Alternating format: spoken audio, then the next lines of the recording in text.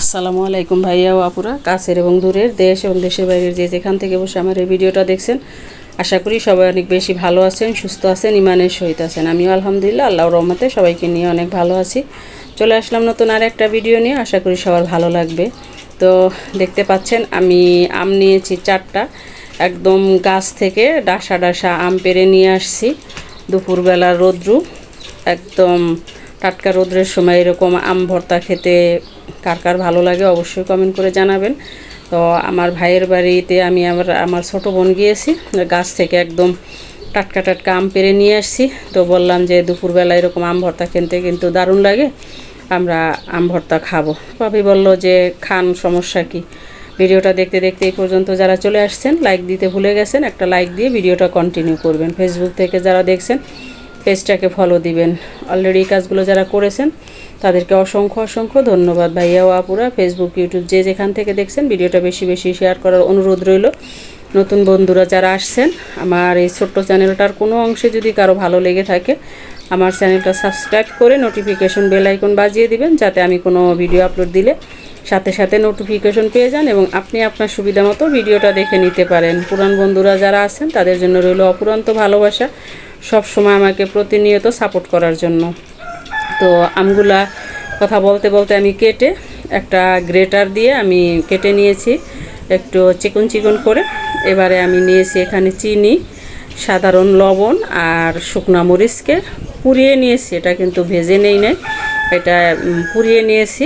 এখন আমি এগুলো দিয়ে আমটা কীভাবে ভর্তা করতেছি দেখে নিন। অসম্ভব মজার হয় এইভাবে আম ভর্তা খেলে, যা মানে তুলনাই হয় না। এরকম গাছ থেকে তাজা তাজা আম পেড়ে ভর্তা দুপুরবেলা বৈশাখ মাসের খেতে কী যে দারুণ মজা লাগে। আমি যখন ভয়েস দিচ্ছিলাম তখন আমার মনে হচ্ছে যে আমি আবারও আম ভর্তা খাই, খুবই ভালো লাগছিল।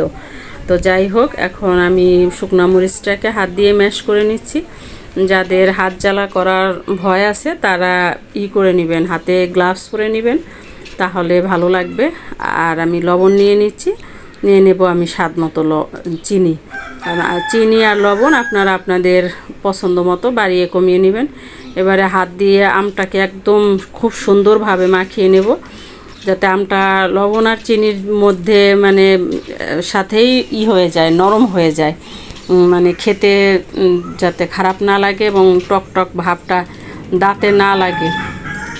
তো এই আম ভর্তা খাওয়া দেখে আমার ছোটোবেলার কথা মনে পড়ে গেল। ছোটোবেলায় কত যে আম পেড়ে খেয়েছি গাছ থেকে, গাছের নিচে বসে আম কাটতে কাটতে কতগুলো যে আম একবারে খেয়ে ফেলতাম আমরা। 5-7 জন বসে সমবয়সী ছিলাম, আমাদের কাজিনরা একসঙ্গে বেশি অনেকগুলো আম খেয়ে ফেলতাম, যা মানে বলাই বাহুল্য। কাঁচা আম গাছে মানে থেকে পেড়ে পেড়ে খাইতাম। এবং চালতার দিনে চালতা এক বসে আমরা 8টা-10টা চালতা খেয়ে ফেলতাম। সেই হারানো দিনের কথা মনে উঠলে এখন মনে হয় যেন ওগুলো শুধুই স্মৃতি পিছনে পড়ে রয়েছে। বাচ্চাদেরকে বললে বাচ্চারা মনে করে যে এগুলো এখন শুধু মনে হয় গল্প, আর কিছু না। তো যাই হোক, অনেক কথা শেয়ার করে ফেললাম। আপনাদের কার কার কাছে এরকম বসে একসঙ্গে আম ভর্তা খেতে 4-5 জন মিলে ভালো লাগে অবশ্যই কমেন্ট করে জানাতে ভুলবেন না। টক জাতীয় জিনিস একা একা খেতে ভালো লাগে না, এগুলো আবার কয়েকজন মিলে একসঙ্গে বসে খেলে ভালো লাগে, এটা এমন একটা জিনিস। তো ম্যাশ করে নিচ্ছি। এখন ভাবি আসছে, আবার পাশের ঘরে মেহমান আসছে, ওদেরকে দেওয়ার জন্য যে ওখানে দিয়ে আসি। আর আমরা এখন খাচ্ছি, আমি আর আমার ছোটো বোন খাচ্ছি, যে দারুণ লাগতেছে। দেখুন, খাওয়ার আইডিয়া দেখেই আপনারা হয়তো বুঝে ফেলবেন যে আম ভর্তাটা কতটা টেস্টি হয়েছিল।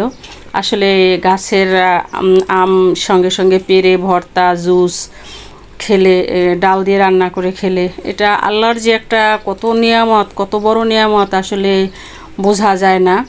যে ফল, প্রতিটা ফলের মধ্যে কোনো না কোনো নিয়ামত আছে, তো আমও সেই রকমের একটা ফল। এটা কাঁচা বলেন পাকা বলেন, খেতে কিন্তু সব রকমই সুস্বাদু লাগে। তো সামনে আসবো আমের আচার নিয়ে, সেই ব্লগটা দেখতে হলে ময়না ব্লগের সঙ্গেই চোখ রাখুন, দেখতে থাকুন। আশা করি সবার কাছেই ভালো লাগবে। তো আমার ছোটো বোনও খাচ্ছে, আমিও খেয়ে নিচ্ছি। আর আমি একটু লবণ বেশি খাই, তাই মানে লবণ মাখিয়ে নিচ্ছি আর মানে খাচ্ছি। আর আমার ছোটো বোন আবার অন্য পাশ দিয়ে খাচ্ছে, ও আবার লবণ কম খায়, সেহেতু ও আর লবণ বেশি নিল না। তো দেখুন দুইজনে কি পরিমাণ কতখানি আম খেয়ে নিচ্ছি একসঙ্গেই। আর ভাবিকে সাধলাম, ভাবি আবার বলল যে না আমার ভালো লাগে না খেতে, আমি খাবো না, অন্য সময় খাবো। ভাবি আবার আরেক ঘরে আমার ভাই বসা, সেখানে ভাইয়ের জন্য নেওয়ার জন্য আবার আসলো, বলল যে আপনার ভাইকে দেন। তো আমার ভাইয়ের জন্য আবার নিয়ে গেল। আমরা দুই বোনেই তো এক প্লেট প্রায় ফিনিশ করে ফেললাম। তো ভিডিওটা আর বেশি লম্বা করব না, দেখতে থাকুন। সে পর্যন্ত ফিরে আসবো নতুন কোনো ভিডিও নিয়ে। সে পর্যন্ত সবাই ভালো থাকবেন, সুস্থ থাকবেন, আমার জন্য দোয়া করবেন, আমিও আপনাদের জন্য দোয়া করব। আমার এই আম ভর্তাটা কেমন হলো অবশ্যই কমেন্ট করে জানাতে ভুলবেন না। একদম কিছুই দেই নেই, শুধু মরিচ, লবণ, চিনি দিয়ে আমি বানিয়ে নিয়েছি, তাতেই অসাধারণ হয়েছে। ভিডিওটা আর লম্বা করছি না, আজকে এই পর্যন্তই। আম ভর্তার রেসিপিটা কেমন হলো কমেন্ট করে জানাতে ভুলবেন না। আল্লাহ হাফেজ।